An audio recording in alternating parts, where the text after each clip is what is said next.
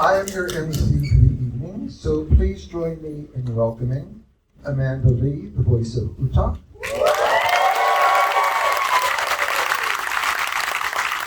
Richard Robinson, Brule. Patrick Seitz, who's Frankie. Ian Hoogenplayer, who is Brooke. Henry Strait, Usopp. Stephanie Young, Nico Robin. And Anthony Bowling, ADR director, who ensures that you can hear all these talented people.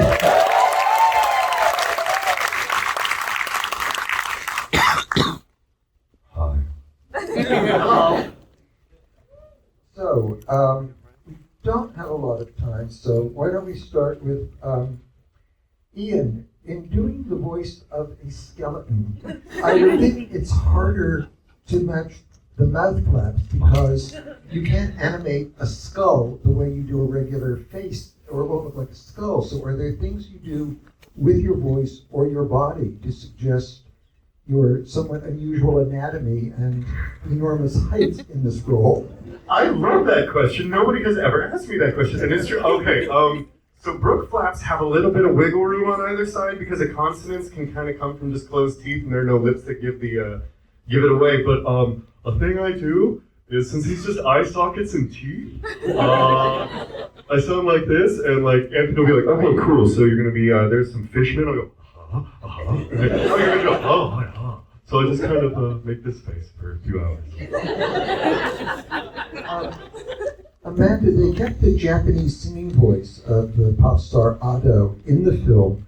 Was it a challenge for you to match a voice so that her voice so that you sounded like the character was consistent all through the film?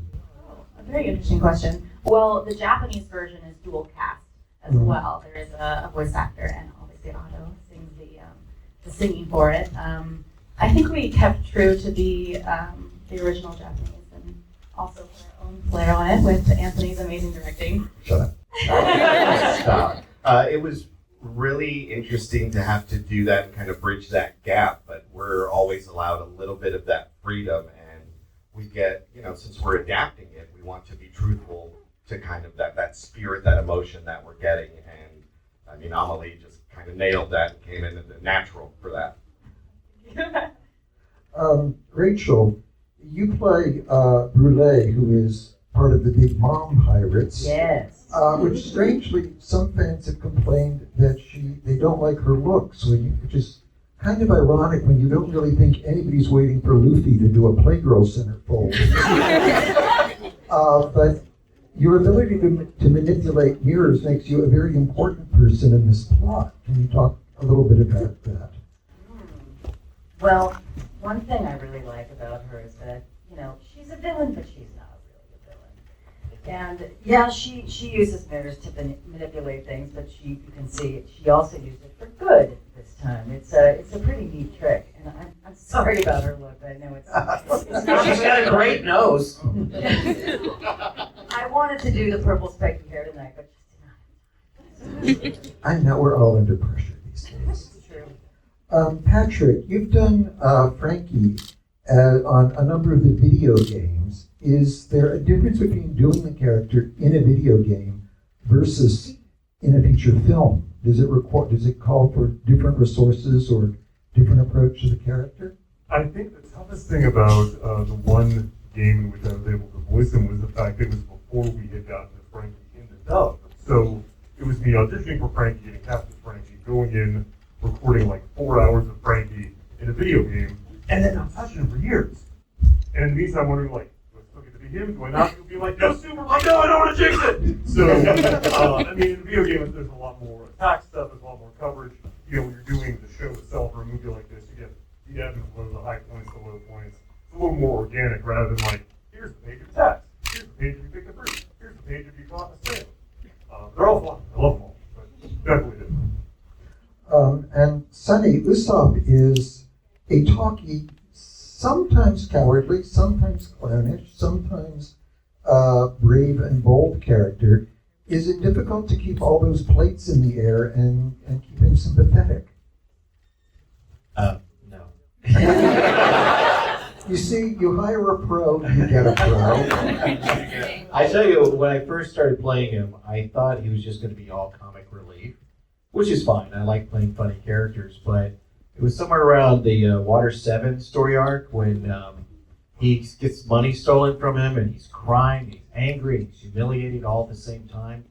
And while I was recording it, I actually had tears coming down my face. I was like, that's never happened before. You're now my favorite character. And you look great in kiss makeup. All right. Stephanie, Nico is by far the most intelligent of the whole Straw Hat crew. I mean, you know, we all know Luffy isn't the sharpest cutlass in the dead man's chest. How do you deal then with that with the other crew members, knowing that you are the real intellectual of the entire cast? Well, I must admit it's nice to voice such a grounded character. Everyone else is screaming and bouncing around, which is wonderful. They're all screaming and bouncing around, and then Robin comes in with her wisdom. But, you know, don't we all want to be Robin someday? I think she's incredible, and voicing her over the years has been such an honor, but she's very smart. You also have that great, like, mom, big sister, like, this crew, stop it. She has to be. Well, somebody has to. Someone Do not make me turn the ship around. all hands on Anthony, I assume you sometime ate the Mike fruit way back when. But a lot of this is a film where you have said that it's visually and vocally very complex. You have scenes where the whole crew is flying around and dealing with the notes, and you've got all the fans. I'm wondering about the challenge of layering so many voices, even when you're working with talented artists like these, keeping everything clear and so that the audience can follow it. That was, once again, excellent question. It indeed was one of the bigger focal points because when we get to adapt One Piece, what they do, Oda Sensei has built this beautiful world. It's almost like this amusement park, and we get to go and play in it.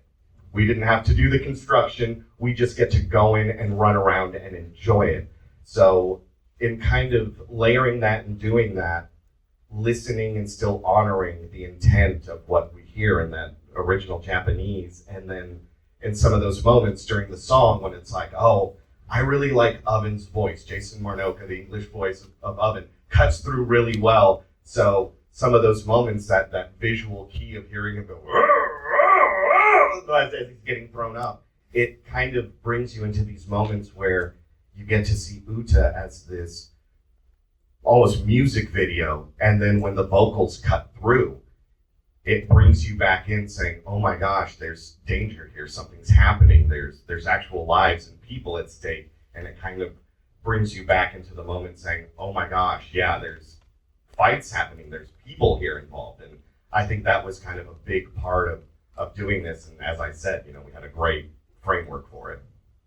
Just watching you people together, I'm wondering how you build this esprit de corps, because you generally don't record together. You do it in isolation. So how do you create that, again, that feeling that the Straw Hats, really are a unit, and it's also obvious that many of you are friends, or at least enjoy poking each other? Honestly, after doing hundreds and hundreds of episodes of this show together, it feels like family. It's bizarre, and we keep talking about that every time we see each other. reads. We hadn't seen Patrick in a while, and we all just ran up to him and go, I missed you so much, oh my goodness, did you know everybody's watching One Piece now? It's amazing! We have a few seconds in the hallway and we see each other, or at a convention, or at something like this. It's so wonderful to connect, because, right, it's been a More long than time. friends, we are a family. Yeah, but We're the Straw Hat. I love it. more like the Addams family, or the Corleone family. That would be an honor. That's the goal. Anyone want to add to that? Clearly some of you are a little more boisterous than the others.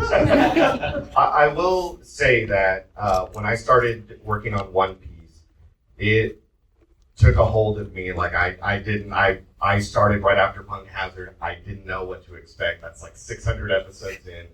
And once it gets under your skin, if you're a One Piece fan, you understand why. Watching Nami stab at her tattoo, watching Luffy and Usopp fight over the Mary, watching Binks Brew happen. These moments that get you. In the movie, when they show that scene where he looks like Gold D. Roger, like those moments, I love bringing those to life through this adaptation we have. And kind of the gift to the fans is kind of picking this. The little Sunny Coon, is actually voiced by Lisa Ortiz, who was Tony Chopper in the 4Kids version. So once you are in the One Piece family, you are Nakama for life. So I mean, as many of those things, those gifts to the fans, that's kind of what I think we're all about. Is the reason we all can be like this is because you all are here and doing this. So we thank you.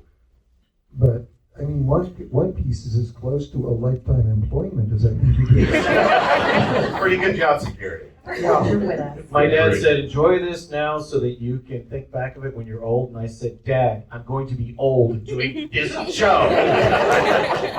Well, it shows no indication of ever ending. You know, it makes The Simpsons look like Johnny Come Lately. Anyway, we don't have much time this evening, so we thank our cast for joining us and offering some insights. And